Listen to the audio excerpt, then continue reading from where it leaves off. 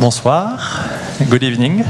I'm Gaëtan Bruel, Cultural Counselor of France in the US and Director of Villa Albertine, and it's my great pleasure, together with my team, to welcome you this evening to celebrate the French passion for design and perhaps your own passion for French design. Tonight we are launching Oui Design, a week-long itinerary of open studios, designer talks, demonstrations and events, exploring New York's exceptional French design spaces and makers at 20 venues across the city, aligned with NYCxDesign. US demand for French design and craftsmanship has never been so strong, and tonight we have the pleasure of welcoming leading French and American minds in the field, on the stage soon, but also I know in the room, for a discussion on the future of this storied transatlantic relationship and what the future holds for international exchange in the design discipline. Villa Albertine headquarters, the Payne Whitney mansion, where we gather this evening, has become emblematic of our support for the highest levels of design and craftsmanship, from Albertine Bookstore, created 8 years ago by Jacques Garcia and Atelier Première, to this ballroom, restored last year by Atelier de Ricou, or to our unique collection of commissioned pieces of French design upstairs. And soon, a newly restored space will be unveiled on our 5th floor, celebrating the very best of contemporary French design and decorative arts, the Florence Gould Writers' Atelier, reimagined by the young French-Mexican designer Hugo Toro in partnership with the Mobilier National.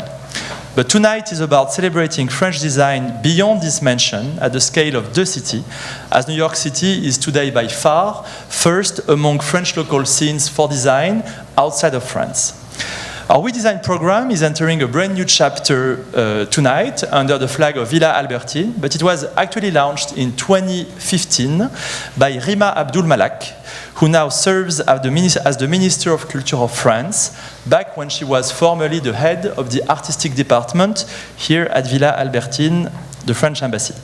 In this first chapter, Oui Design resulted in major exhibitions in the US by French designers like Robert Stadler, Imer and Malta, collaboration between designers and manufacturers, including Constance Guisset, Philippe Nigro, and Corning Museum of Glass, for example, on the American side, and international workshop with Wanted Design.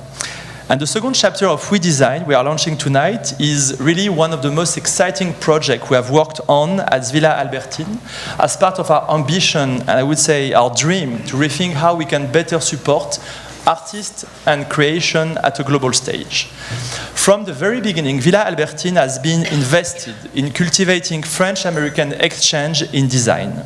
We have already welcomed 12 designers for a custom-made residency across the country. Among the 150 residents we welcomed in more than 50 US cities. And it's only the beginning, as we have a plan to welcome more than 30 designers and artisans over the next 4 years now to discover and exchange with the American design landscape. All of this thanks to a unique partnership with the Fondation Bettencourt-Schuller, and here in New York with Wanted Design. And tonight we are especially pleased that 2 of these residents are joining us in this discussion, François-Xavier Richard and Chloé Bensahel. I will introduce them in a minute. But one last word before I introduce our speakers, to invite you to dive into the little booklet. I don't have it, but someone has it, yes? The booklet we prepared for you. So inside you will find all the information about the exclusive open studios, workshops, talks, and parties we have organized with a network of 30 partners for you. And in particular, I invite you to join us this Friday in Long Island City for an open studio and DJ party at Atelier Jouffre. You will see what it really means to celebrate French design the French way. It is now a pleasure to invite to the stage Anthony Ingrao, François-Xavier Richard, Chloé Bensahel, and Maria Nicanor. If you can join me.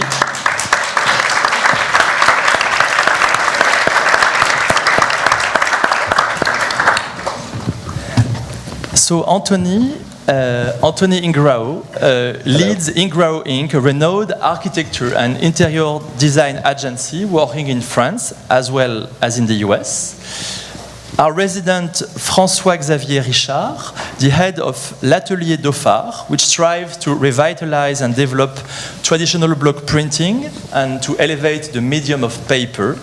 And another resident, Chloé Bensahel, a designer, textile designer, whose work will lead her from the tapestry manufacturers of the Mobilier National to the MIT next fall, and weaving with embedded technology. And alongside them, it is really my privilege to welcome Maria Nicanor, director of the Cooper Hewitt Smithsonian Design Museum, a landmark institution in New York devoted exclusively to historical and contemporary design. And you join us, Maria, as moderator. Maria, your career as director, curator, and historian really spans architecture and design, bringing a unique perspective to our explorations of the role of art and design in our built environments, everyday lives, and transatlantic futures. And with that, Maria, I'm very happy to leave the floor to you. Merci and merci beaucoup. Thank you.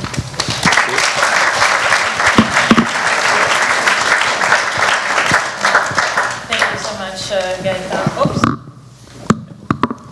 Can you hear me? Yes. Alors, on commence. Bonjour à tous, et thank you so much, Gaëtan, for the kind words and the kind invitation. I'm Maria Nicanor. I lead the Cooper Hewitt Design Museum, as Gaëtan said, which, as you know, is just up across on Fifth Avenue, and I hope you have visited as our National Museum of Design that we have in the United States. I want to first thank all the team at Villa Albertine, Olivier, François, Gaëtan, all of them for their kindness to invite me to moderate this discussion, and for how exquisitely they have curated the whole sort of like group of activities that you are going to discover throughout this week. So today's panel just kicks off those festivities and those parties, so that you get a little bit of a sense of what the week-long activities are going to present. So tonight I will kick off the week by introducing you to three practitioners, which hopefully will give you a bit of a taste of what these programs are going to be. They all represent in some way this sort of cross-cultural pollination between France and the United States, but you'll also see that they work in very different mediums and they're very different practitioners amongst themselves, but there's some points of commonality that I think are very interesting in the way that their practices have developed over the years. So we're going to start with very brief introductions, and it is my honor to have met all three of you. We hadn't met before tonight, but I know of the work of the three of you. Some of you have had close connections with the Smithsonian as well, which I'm very proud to say. So I'm glad that we can have this conversation tonight. So we'll do a little bit of like an introduction so we get to know them a little bit better. And then we spoke a little bit earlier this morning and yesterday, and there's a series of topics that we're interested in, and we'll dive right into those, and then we'll have a little bit of time for questions with all of you. So we're going to start with Chloé Bensahel, and Chloé is an artist and a weaver. She works with thread and with paper and with pigments, and she mixes the materials as much as she mixes the narratives of the materials that she works with in her practice. She highlights the relationships between materials and languages and identities, sort of bringing people's stories into the materiality of her work. And she graduated in textiles from Parsons School in New York, and she trained alongside a number of craftspeople also in Japan and in Australia, amongst other places. As I mentioned, she was awarded a Smithsonian Artist Research Fellowship relatively recently, and has exhibited at places like the Mobilier National in France that Gaëtan alluded to, and also the Australian Tapestry Workshop in Melbourne and the French Embassy in Washington, D.C. We'll start with you, Chloé, and I just want to ask you the same question that I will ask of François and of Tony later, which is just to tell us more about how you got into your practice, how you got into craft, what your relationship with your practice is, and how you got into this whole universe of design yourself. Hello. Ooh, okay. Thank you. So my name's Chloé, and I'm an artist and a weaver. I work mostly with tapestry, and I started my career studying at the Parsons School of Design down downtown, and I studied something called integrated design, which doesn't really mean anything for most people, but it was really kind of founded on this dream that design could be crafted from a discussion between people from various backgrounds and bringing different practices together. So I started working in that context on different techniques in textiles, but always a little frustrated that in design education they would teach you how to draw, but they didn't teach you how to make. So after I graduated, I ended up kind of going around the world to learn various techniques, because I thought, if they're not going to teach me here, then I should just go and find it somewhere else. So I learned from weavers in Japan, as Maria was saying, and also in Australia. I started learning tapestry at the Australian Tapestry Workshop. And then I kind of circled my way back to France at the Mobilier National, where they've been practicing the art of tapestry since 1664, so it's been a while. And they're still weaving contemporary tapestries. And I always thought there was something to be done as well with contemporary technologies. So I had spent some time in San Francisco, also interacting with the tech community out there. And I was noticing that a lot of the new technologies that were coming out of Silicon Valley were actually textile technologies, but no one from a traditional craft or weaving background was being invited to actually interact with those environments. So I reached out to Google in 2019, and we ended up working together on contemporary textiles with technologies built in, so that the textiles could actually sing or speak in the same way that, you know, we think about materials as living or telling stories that relate to different cultures.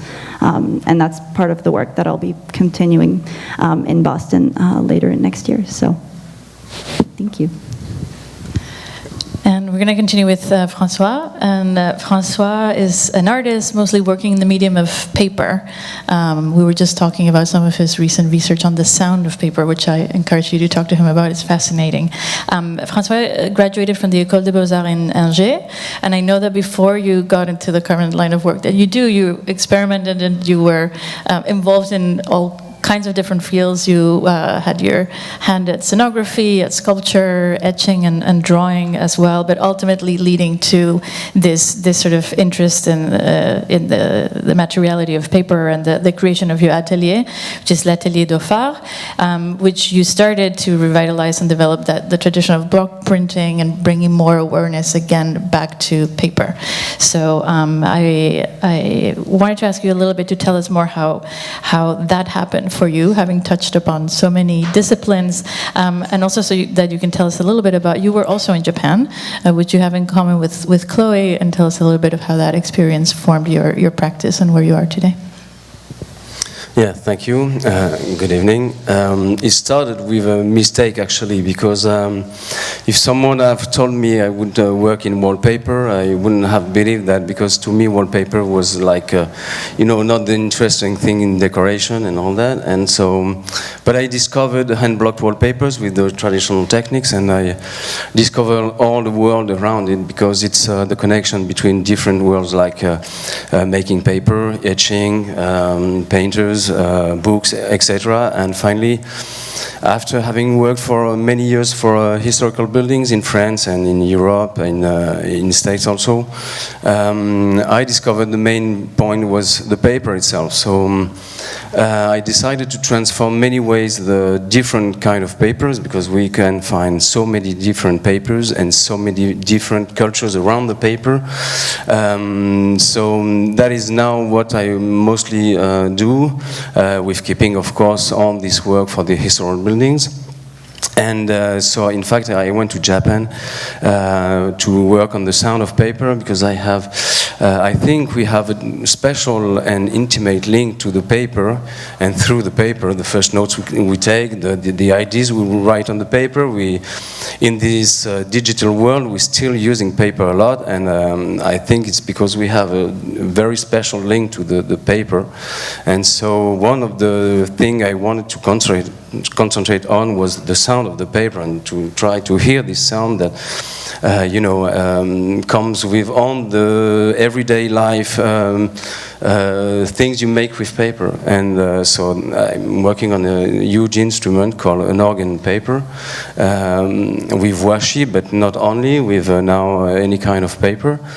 And I'm here in States also to work on a very special approach of a small group working on the transformation of uniforms in papers as a way of transforming their memory and history about war and all that. And I think it's also a very interesting way to the paper can help people with memories and with all that. So it's finally not only a way of working on wallpaper, and I'm glad of that, but I still like wallpaper. I mean, it's something interesting that I discovered, but well, I had to do something like, it's a kind of special way to work with it, so. You brought all your universes together in some way, and they all coalesced around Yeah, paper. You can't help with paper. I mean, it's... Great, and we're going to finish the round of introductions with Tony Ingrao. You might have been in spaces in the city that were designed by Tony. In fact, I'm sure you have. Tony is one of two principals with Randy Kemper at Ingrao Inc. They are a design and architecture firm that works on commercial and on residential projects, and they've been based in New York City since 1982. And you have projects all over the globe, in Hong Kong, in Paris, in New York, in Saint-Tropez, Monaco. Here in the city, we were just talking about the Baccarat residences. You also did the interiors of 35 Hudson Yards as well. The Campbell Bar in Grand Central Station, which you might have visited. All projects that have had a great visibility in the media as well. And Tony also spent quite a bit of his lifetime in France and built many relationships there with European artisans and antique dealers, and then returned to New York. And I'm making this story very, very fast. But in a nutshell, you came back to a New York that was booming with residential projects in the suburbs of New York, right? Yes. And you were a part of that clientele, and we were talking before about how it was a moment of the style was very much vogue, of looking for Louis XIV type style residences, and how you've seen that change over the years. But what I found more interesting about your background, Tony, maybe you can tell us a little bit about that, is that was about how you grew up in the world of fashion, mostly because of your parents and the manufacture business that they had, and they would supply people like Bill Blass and Oscar de la Renta, and I know that you wanted to go into fashion yourself and design clothes at some point, but somehow you end up in RISD, despite the fact that they wanted you to go into finance. Is that true? That's accurate, yes. Yeah, my background actually just sort of happened. I always loved fashion, but my family was very against me thinking about going into fashion because they had manufactured for 100 years. My great-grandfather, my grandfather were based in New York, and they had this idea that I was going to become a financier or a lawyer or something respectable. And I started at London School of Economics, and then I went to ULB in Brussels, and I was studying the common. It was at the beginning in the late 70s when Europe was forming the common market, the EEC. So that was exciting to, it was, first of all, I could get out of New York, I could live in Europe and travel. And anyway, when I was there, I started realizing that I had an affection for architecture. I was very interested in different style of buildings, not knowing why, but because as a child, my parents would drag you off to Europe every third summer, and you'd go to every museum in the world, in France and Italy and England and so forth. But New York was a funny place in the 70s. It was bankrupt, first of all, and people in the 60s and 70s were more into exploring themselves rather than old-fashioned culture. So anyway, I was taking a winter session course in Brussels, and there was a visiting professor from Rhode Island School of Design. And he said, "Have you ever thought about art as a career?" And I said, "Well, I think it's great, but I would need to make a living, and I don't think I would ever be able to do something in art." So he said, "No, you really should apply to RISD." And I said, I can't get into RISD. He said, "I'll write you a letter of recommendation, you should go to RISD." So, hence, I ended up at RISD, studied architecture, got out of school, came to New York, worked for a designer for about 3 months and said, "This is ridiculous," because I was making $160 a week and I couldn't afford to eat. So I started my own business not knowing what I was doing. And that led to me realizing that I could survive working, making some design things and maybe dealing in furniture, because it seemed like people were starting to like to collect furniture. This is early 80s. Reagan first came to power, and then all of a sudden money was starting to flow and people wanted provenance. So I had friends who were designers, and they said, so I went to France for a vacation, and I ended up really enjoying the time there.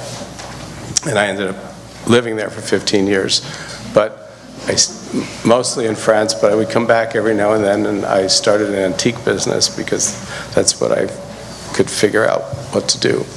And at the time, there was no internet, there was no cell phones, and there was no connection between Sotheby's, Christie's, or Drouot with the New York market. So we had no idea what was happening in the auction houses in France.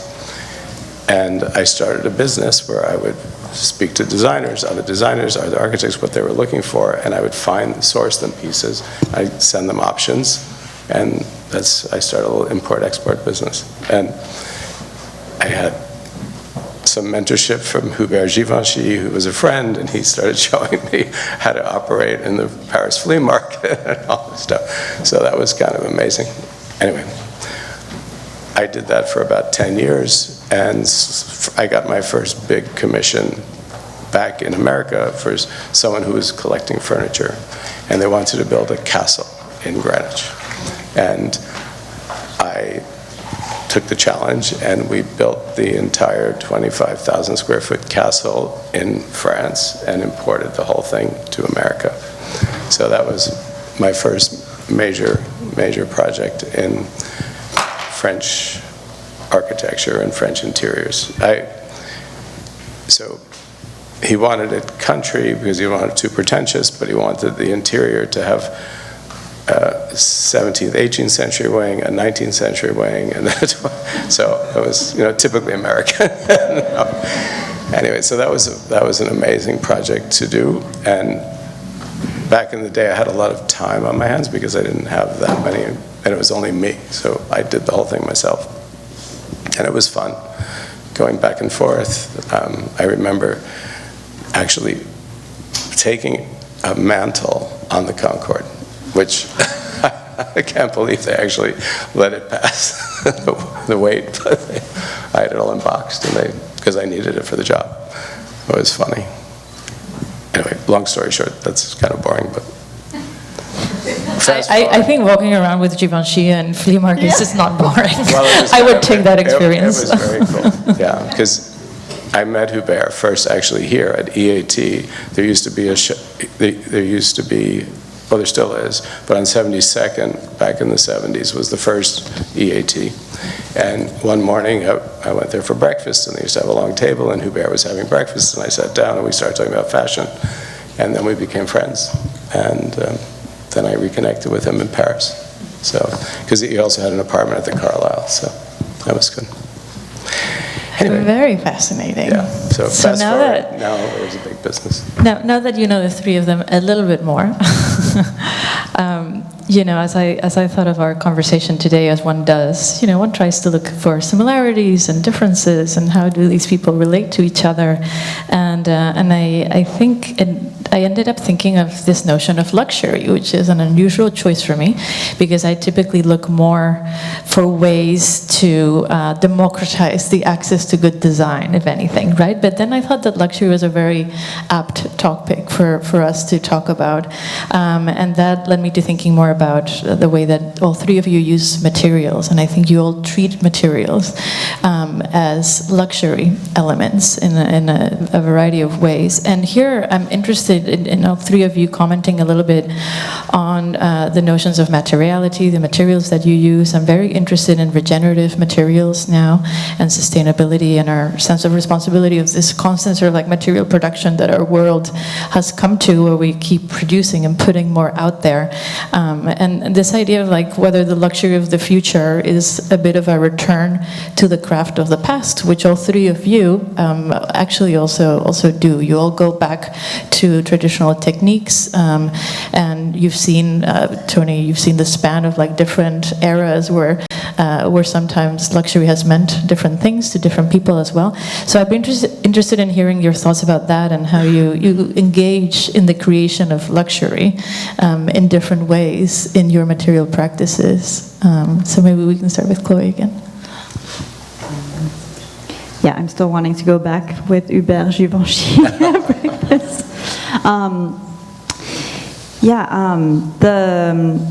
I guess we were talking a bit earlier about the very construction of luxury. I deal a lot with the research sector, so I'm really looking for new materials and thinking about how craft can be considered differently and kind of be taken out of this rather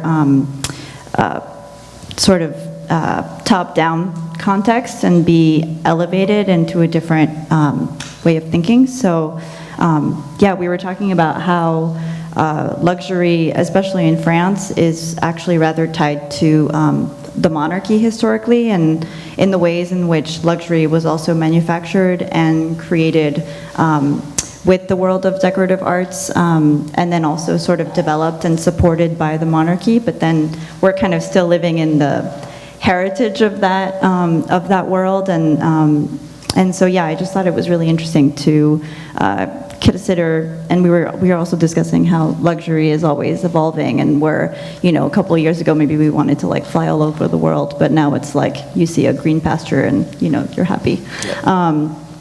And you mentioned too, when we talked earlier, the tradition of the manufacture en France, right? And how that was a medium of production that meant something then, but right now, keeping up with these traditional techniques and a lot of the crafts actually has fallen on some of these places who are keeping up the craftsmanship as well, right?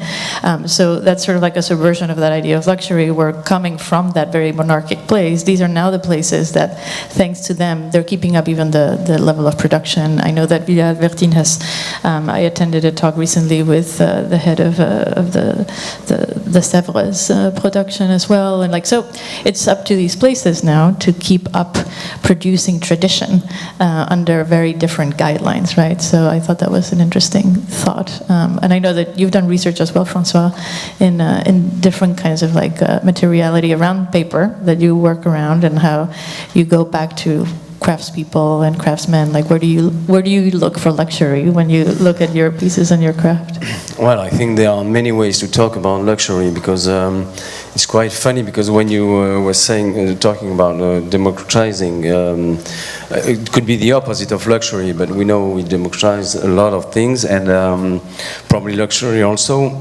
And today the luxury goes back to the craftsmen and all those techniques, because they need the hands, because one of the very strong identity of the luxury industry is on order, made by hand and all that, and so they use a lot this image that we bring to this industry. And also, regarding what we are doing with paper, it's a way to answer to the wondering about ecological matters, because paper, but also this new material, new material coming from an old recipe and an old know-how called carton-pierre, which is a way for us to use our waste of paper. Is very interesting for this industry, because they can make, they can avoid like plastic, like resins and things like that with this 100% material, natural, 100% natural material. And so I think also they are coming back to simple things and very, pure things. And there are many ways, I think, to answer to this industry. So it's quite interesting. Things are moving a lot, and things are still moving a lot, because now, and we were talking about that a few minutes ago, the price of the materials are moving a lot, like not in the right sense. And I think we have to adapt the techniques and the know-hows like almost every day, so that's part of the job. Yeah. So I deal with a broad range of people's desire for luxury, and we view it as an interpretation of their essence. So you have to look at who you're dealing with and what their fantasy could be, and then you apply the knowledge that you get with craftsmen and people that create special things, and you create things that don't exist. And that, for my clients, is a huge form of luxury, when they have something that's created specially for them that they can't go out and just find it anywhere.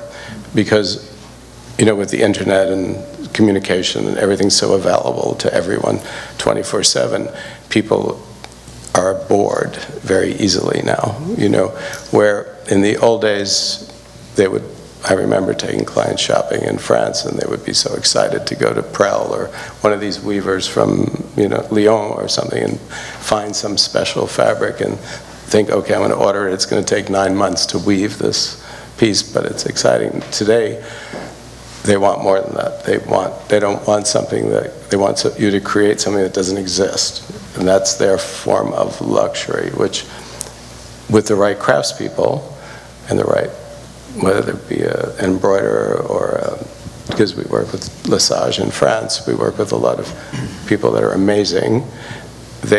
You create new things for people that is their sense of luxury. I mean, and it's funny because we're really translators for people, or for the population. It's not what I consider luxury, but it's what we do for people. What do you consider luxury? Pure luxury is being in a place with the ocean, the mountains, the sun, the moon, and I don't have to talk to anyone. No neighbors, that's luxury. Well, probably we represent craftsmen, probably represent the very special new luxury, like we do what we love to do, and every day we go to work with a huge smile, and we are very happy, so it represents something, I think, like the real luxury, like being in the mountains and with nobody else, and no internet, no cell phone, none of that. We all want to escape from this room. Yeah, we use them. So let's talk a little bit about materials, a little bit in that vein of thought as well, and where materials can mean a lot of things and can have meaning embedded in what they do. But they can be very subversive in the way that you use them. Chloé, you use your materials very subversively as well, and some of them are very feminine and even domestic. But you have these really punchy messages that come in the work with them. But where do you source your materials as well, and also how do you think a little bit more in a multidisciplinary way about the use of materials that you go for? And I'm getting to the point of us talking before about working with other disciplines that are more considered traditionally scientific. I know you work with engineers, for example. Tell us a little bit more about those materials, where you source them from, and what kind of like different disciplines you bring into your discussions when you're thinking of that. Yeah, I love that, Tony, you talk about translating, or this act of, because I feel like as craftspeople, we're translating these materials into forms, like we're the intermediary between this raw material that we get and then making it into something that it didn't look like before. So I think for me there's a process of like listening to the material and knowing what it needs to become or what it needs to say. So often I'll start with looking into the history of a material. So that was part of the work that I did at the Cooper Hewitt Museum, was because I was working with conductive thread, was going back in time and figuring out where has conductive thread been used. And it turns out that there's a lot of conductive thread, gold and silver mostly, used in 17th century lace. And then kind of looking into how it evolved and how it was used and how metal thread in lace was used as a symbol for power. So whoever had the most complex form of lace had the most power because it was the longest, because time, of course, is power. The longest, it was the most exquisite kind of way of representing lace. And then looking all the way to the 1950s and 60s when metallic lace was actually used by the NASA space programs to create the first memory cards. So the first memory devices in the space shuttles were actually hand-woven metallic lace, basically, and kind of looking how these materials will kind of travel across time and then find their place in different scientific contexts. And I'm working a lot more now also with people in botany and agriculture, and looking at how can we use also materials that are dangerous to the environment and use them in the context of weaving. So I work with a paper maker in the south of France who makes paper based on or with invasive plant species. So often these are plants that are brought back from colonial explorations in the 18th and 19th centuries and then planted in the south of France, and they became kind of this like ecological danger. And so I use them in the context of weaving, so kind of thinking about how craft can be also a solution for some environmental problems. And of course, I find it fascinating because it raises questions about who has the right to be on the land, and which plant should stay, which plant should go. So yeah, there's a lot there. A lot of political messages weaved into materials, literally, and economic threads. And François, you told me about, and I think I need a little explanation about it. You told me about a paper that you're working on that can heat a home. And there was an interesting connection there with science, and I'd love to learn a little bit more about that. Yeah, we are working now with two designers in France and a laboratory to make heating paper. So it's a great challenge, and well, we don't know exactly what's going to happen. That's research. I mean, it's something quite new. I can't tell you a lot about it, but just we are on this research now.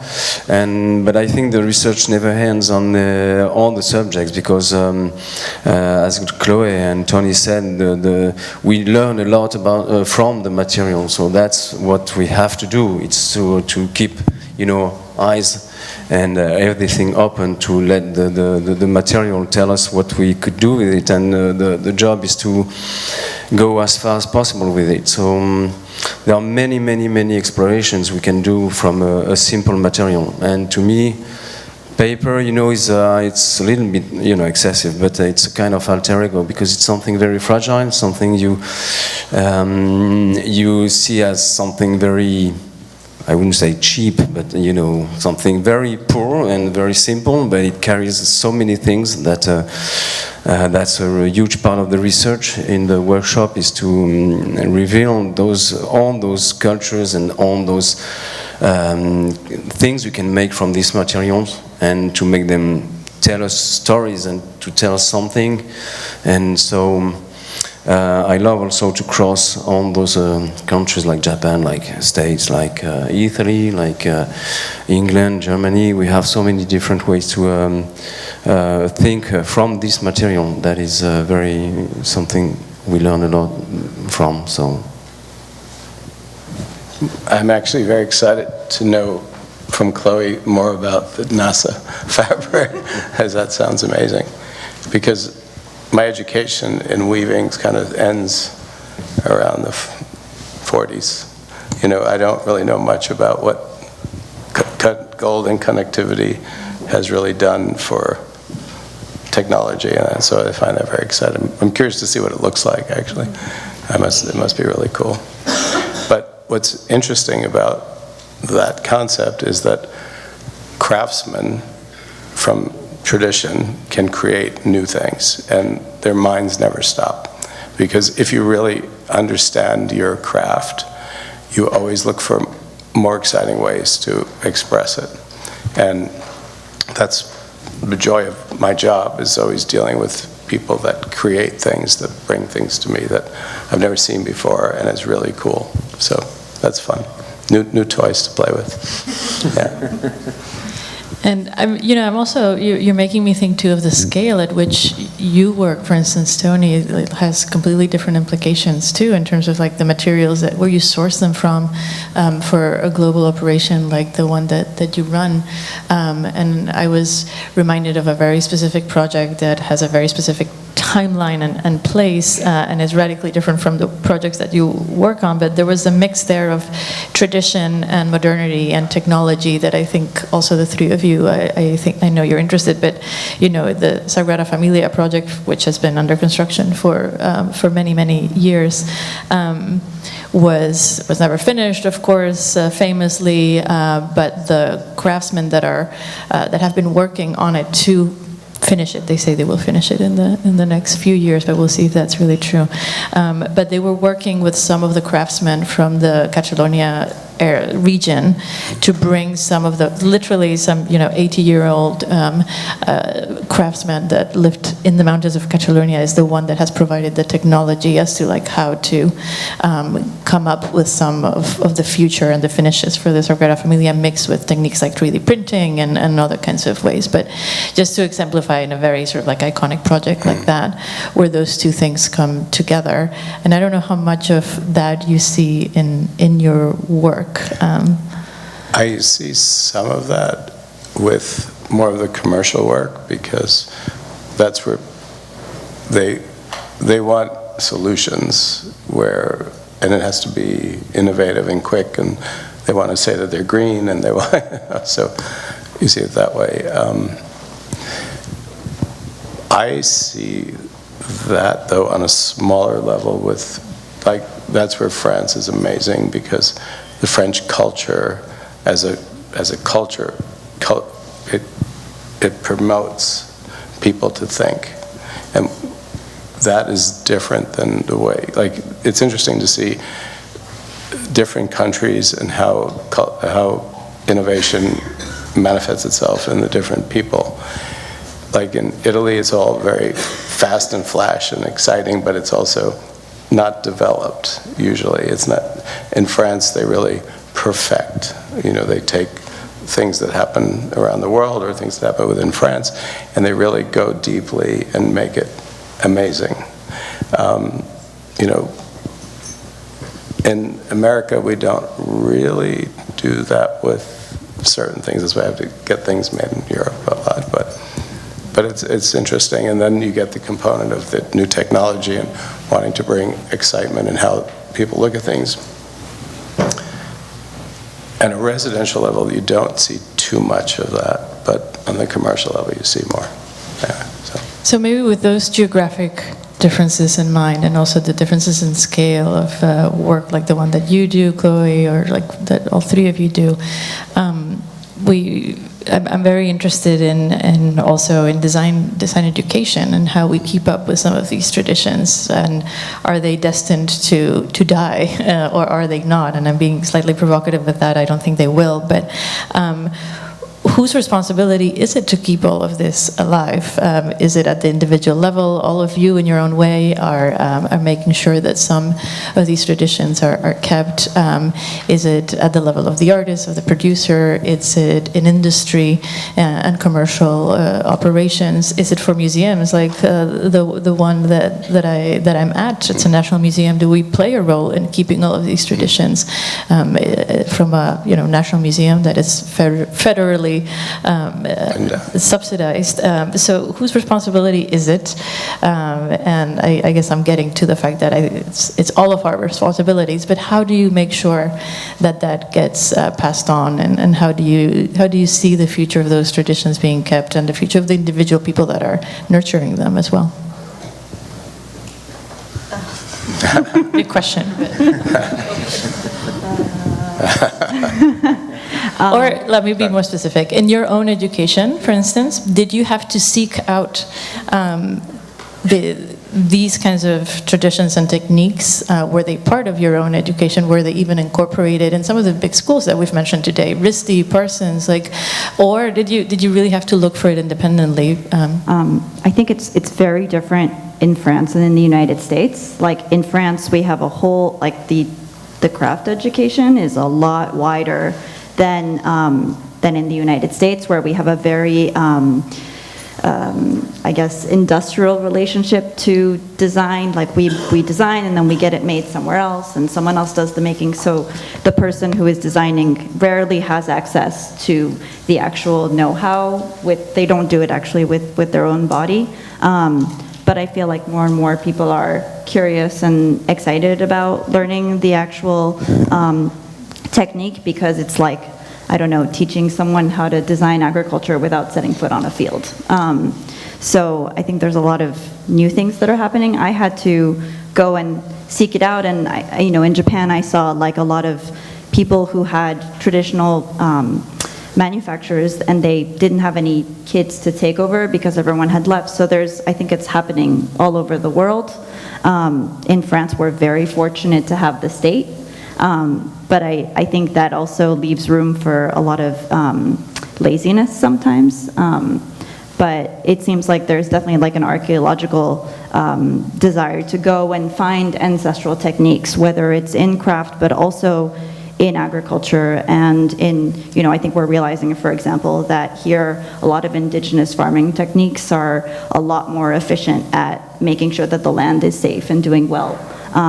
So I think there's a lot of room for going back in time and finding new techniques, because we're realizing that in many cases sometimes they're more technological than our modern or contemporary techniques. Well, I think we all have our nonsense problems about these traditions, those traditional know-hows, because in fact in France we kept a lot of them, even if a lot of them disappeared in the last 50 years. I think we have another problem. It's that we separate more things in France, and we separate a lot of the designers, artists, and craftsmen. And I think that's one of the complicated things. But things are changing now, because like the École Boulle now is as well a school for designers than for woodwork. But it's still a lot of things to do, because I think a lot of craftsmen don't have the culture, I think Tony is right, but in a sense, I think many craftsmen don't have the culture to make something else that repeating always the same know-how, and they don't. It's not like in Japan. In Japan, they don't dare to move anything from the traditions. In France, we like to move the tradition. That's a good thing, but we probably don't have the right way to do it sometimes. So I think we still have things to do in France. It's probably a chance too, because I think it's always good to have still have things to move and to change. But in fact, we have many know-hows, but we use a lot those know-hows in France, but we don't know how to use them usually, because it's like everybody's speaking about know-how is incredible. It's a kind of life, but it's not only that. I think we have a huge responsibility regarding the actual society, and I think it's not only someone being happy to do something in his backyard or whatever. It's something very serious, and it's a great laboratory for also the culture and the actual techniques. And so it's not idealistic in France, and there are other countries like Italy who kept a lot of their manufactories. In France we lost a lot of manufactories, and so sometimes it's very difficult, and when you add to that the family histories linked to the know-hows, it becomes again another problem. So it's something we always have to think about and to work on. It's not, just leave it like this and it will be okay. Well, hopefully human nature always brings you back to a place of looking and searching and trying to find beauty. And we have at our firm, it's a very communicative firm and collaborative. So whenever we do projects, all the assistants, everyone's involved from every step of the way. So every assistant meets the clients constantly, and it's not one of these kind of places where they're not allowed to talk. And they meet the artists that come with things to talk about. They meet the rug designers. I meant to say something the last time and I forgot, because you were talking about new ways of taking traditional things and moving forward. So we've recently started working with an amazing spun fiber of plastic that they take plastic bottles and they spin it into something that feels like silk, and they're making rugs out of it. So it's kind of crazy. So that's an exciting way of using a traditional method but applying some new technologies to make it work. Anyway. I think if we can inspire such things, it's great. That is the best thing you can do, probably more than work for luxury business sometimes, Yeah. You can move things like giving ideas to others from own know-hows or new know-hows or own know-hows, connect to new machines and new technologies. That's great. That's it. Yeah. We've done the job. That requires being okay with a little bit of risk, right, and experimenting, and sometimes things will go well and sometimes they won't, but it sounds like the three of you definitely are comfortable in that space of like research and experimenting and taking some risks and to see where that goes, but with a deep knowledge of what's behind it at all levels and all the systems that sort of like support the production of the universes that you create, whether they're very tiny objects or they're like grandiose spaces, right? So I applaud the willingness to experiment and to fail sometimes in that until we find the right solutions. But I'm very conscious of our time too, and I know we have a very interesting audience just from like going across the field like that. We have researchers, designers, museum curators. A lot of you are doing experimentation with materials too. So I would love to take some questions from the audience as well before we thank our three speakers for their insights.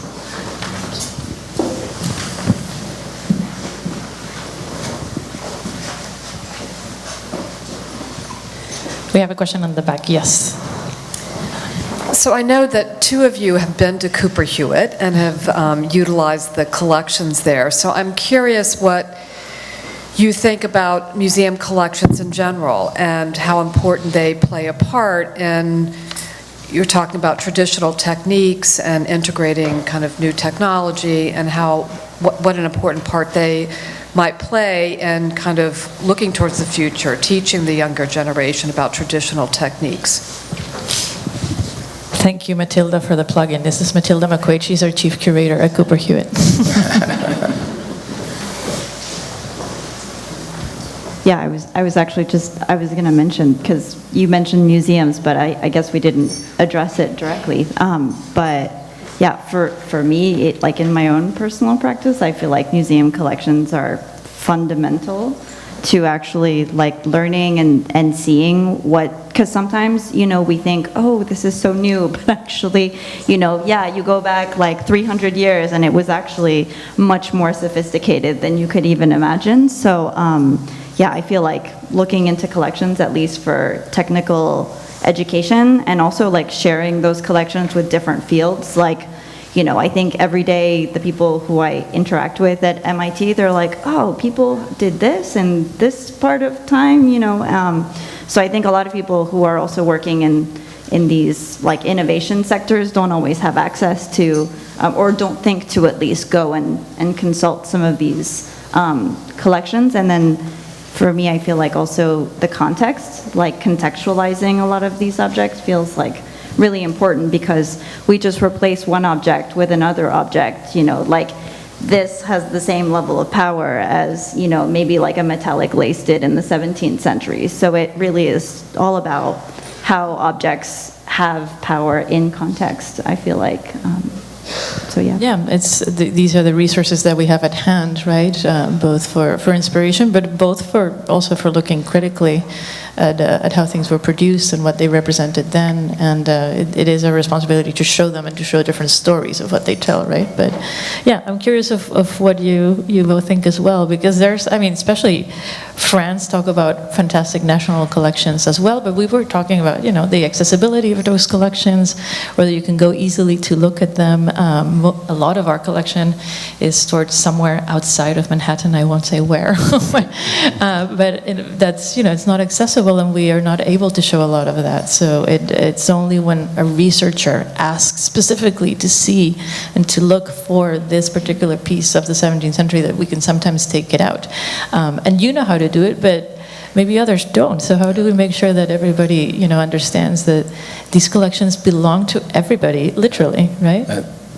Museums can be off-putting to many people, and they were off-putting to me until I met Daniel Alcouf, who was the curator for the Musée des Arts Décoratifs back in the 80s.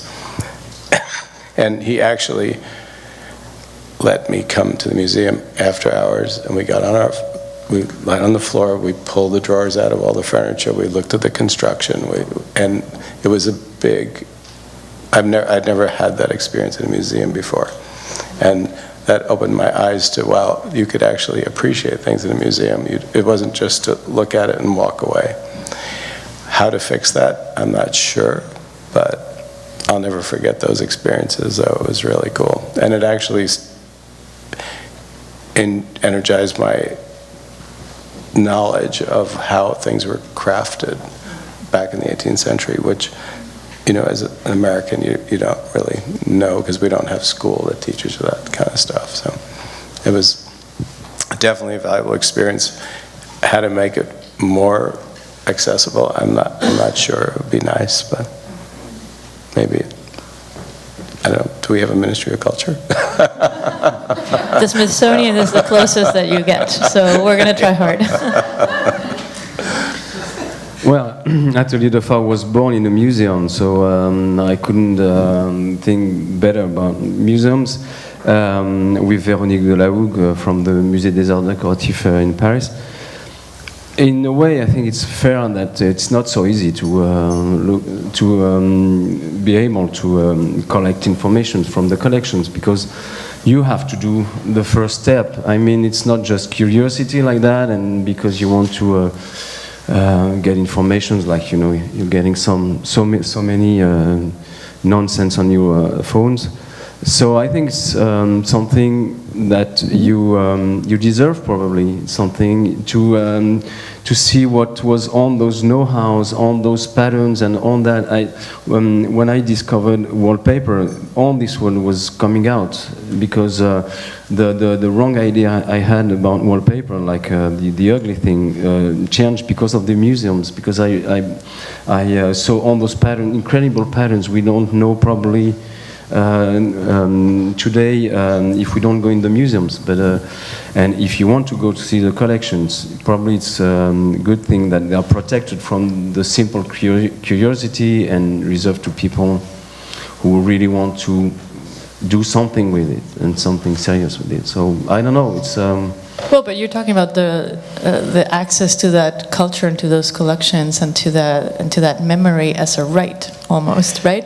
Yes, as a right, and it's it's a kind of it's the conservatory of the laboratory we have in our workshop. So I think it's a good deal. So instead of the nonsense that we get on the phones, you're suggesting that Cooper Hewitt texts everybody every day an image of a 19th century teacup in your morning just to get you going. No, but jokes aside, it's very much about the access to this information, because we all think all the time about the access of our own data and our bodies in this world where we're letting go of our privacy little by little. But this kind of memory is as important as our physical data that we give away so willingly, yet we don't know and we don't have access to it, right? So I think that's, you raise an important point. Yeah. Do you have any other questions? And I'm slightly blinded by the light, so I cannot see you if you... Yes, I see a couple of hands there.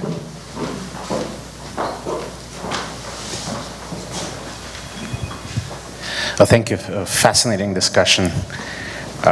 You talked earlier about the fact that a lot of your objects that you create are luxurious, and looks is exclusive. And you talked about democratization of culture. And I think one of the trends today is the moving to the digital space. And all objects that you create are physical. And how do you see yourself vis-a-vis the digital age? How do you see yourself? Do you see yourself on a collision course, or you find synergies and opportunities? Do you see a place for yourself in metaverse? It's Chloe. No, we are in this world, and we are really happy to have those incredible machines and means to do what we do today. We couldn't, as I speak for myself, we couldn't do those hand-blocked wallpapers without digital systems, new technologies, new materials, and all that.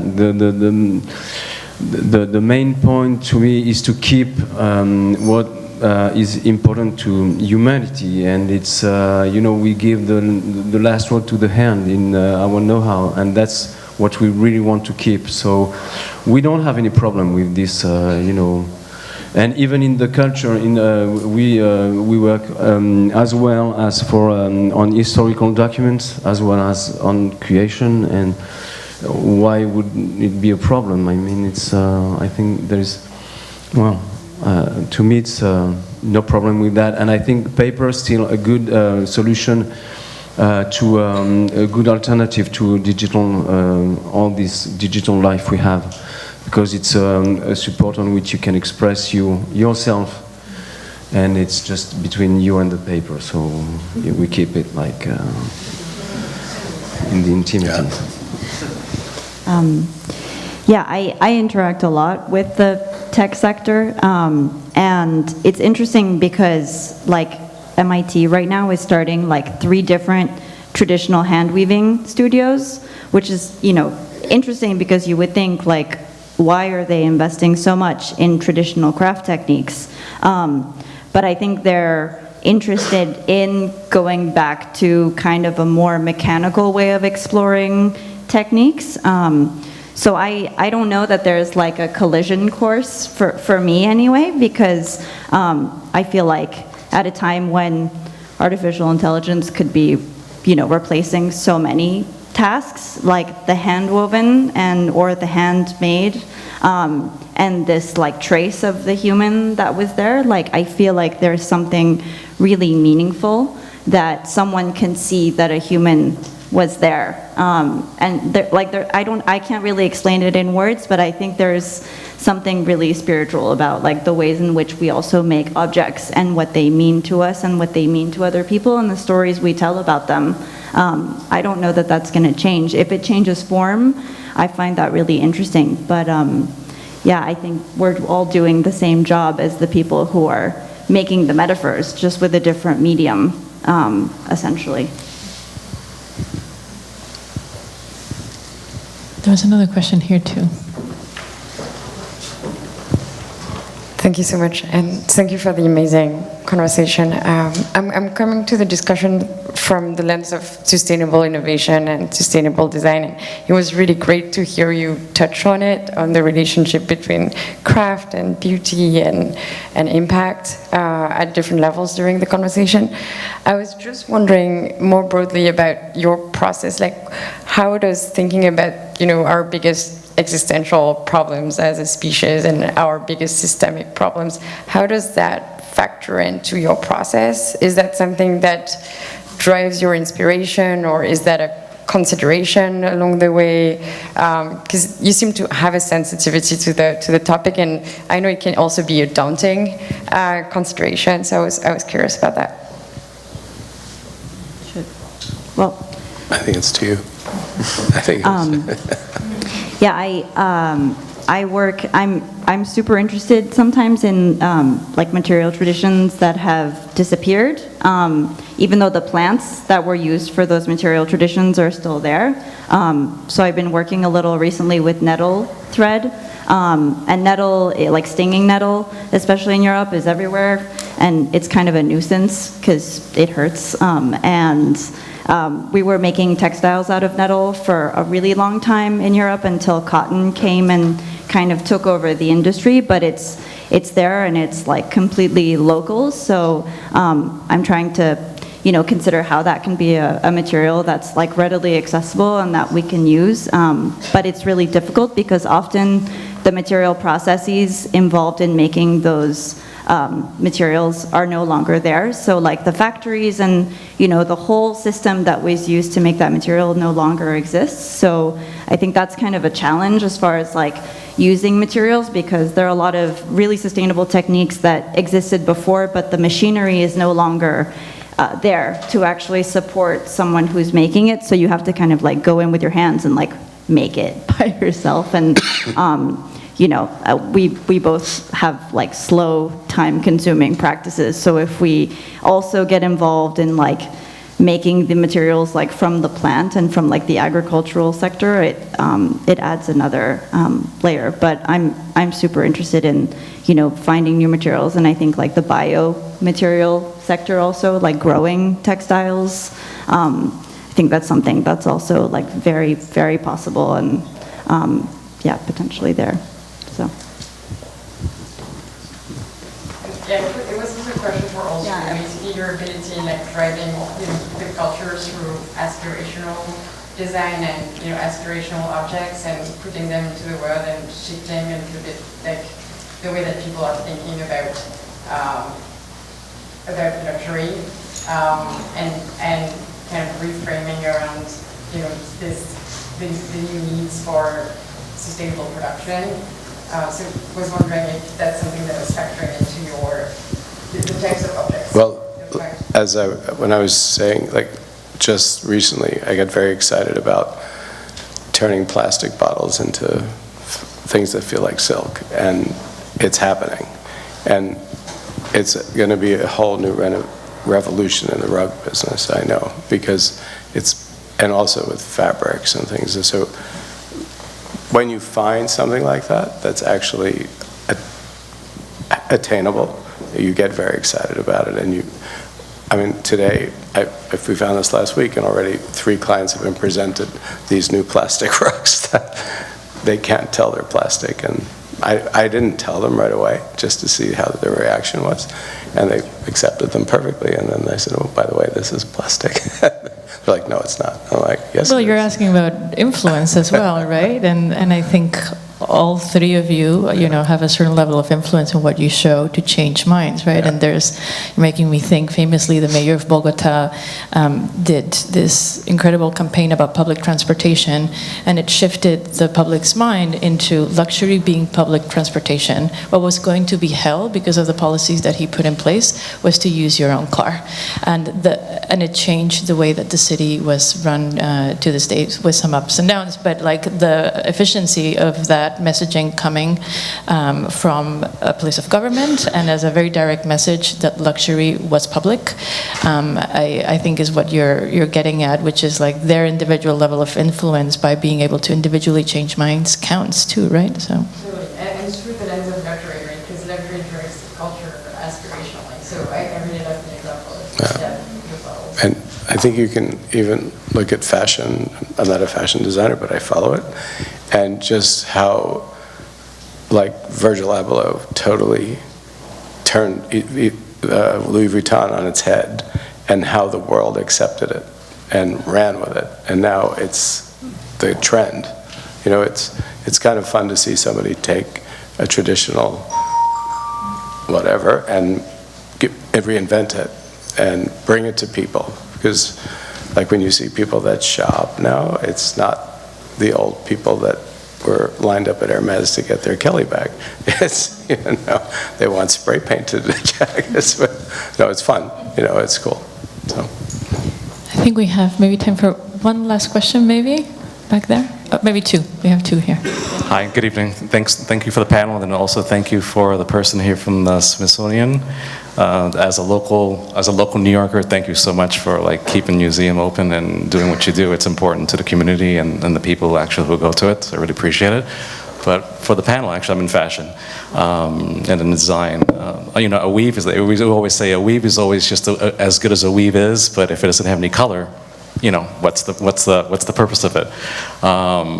What technologies and what innovation actually is in dyeing in the weaves are either extracting things from nature or old properties from the past, or just new innovations that you've come across, that you're working on, that can add color to the new processes that you're doing. I mean, I love black and white, so that's just me, but not everybody, people love color as well. So I was just inquiring if there's any new techniques or any new processes, past or present, that you're infusing into what you're doing currently. Thank you. You mean in the world of dyeing? Just weaving in general. Oh, okay. So I work mostly with conductive thread. So conductive thread woven in can be connected to an Arduino system, which doesn't really mean much to anyone, but it's just like a mini computer.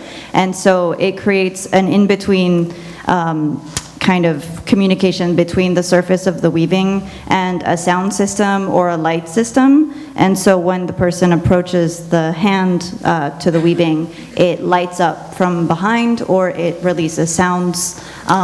So it's like a singing and lit up weaving, essentially. And I work with composers to compose some of the sounds that go behind it. Then I'm working more and more also with magnetic materials, so imagining a material that can remember information and that can be magnetized and then change magnetic properties depending on the presence of the hand, because the human body is conductive, and so it can actually set off processes happening within an electronic textile. And then I would actually personally also consider any new bio-inspired techniques as technologies, so even considering weaving different plants or inventing different materials from plants that are readily available, or dyes even. There's a whole new industry dedicated to dyeing with invasive plant species in the south of France. So I don't think we should have this separation between technological processes and then also plant-based or more traditional. I think it's all technology, really, when used today, in my mind.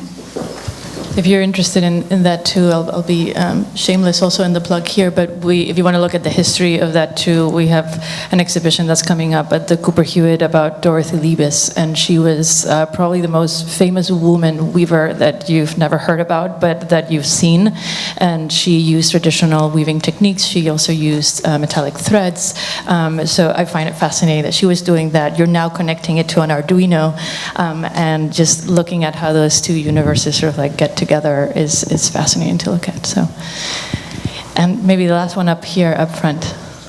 I'd just like to know, what are some of the challenges, some of the biggest challenges that each of you face in your own field?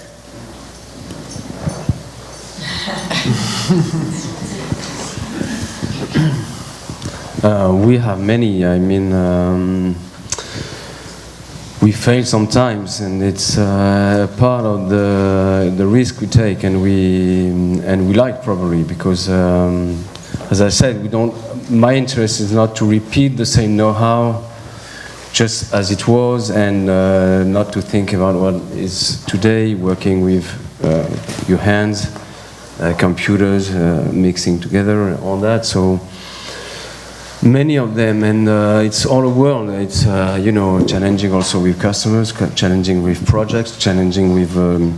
In our job we have a lot of different concerns. Like as we start on historical buildings, we have a lot of research. As an example, we are just finishing the house of Tante Léonie, the Musée Marcel Proust, the famous house where Proust used to be when he was 14, and it's the house for the La Recherche du Temps Perdu.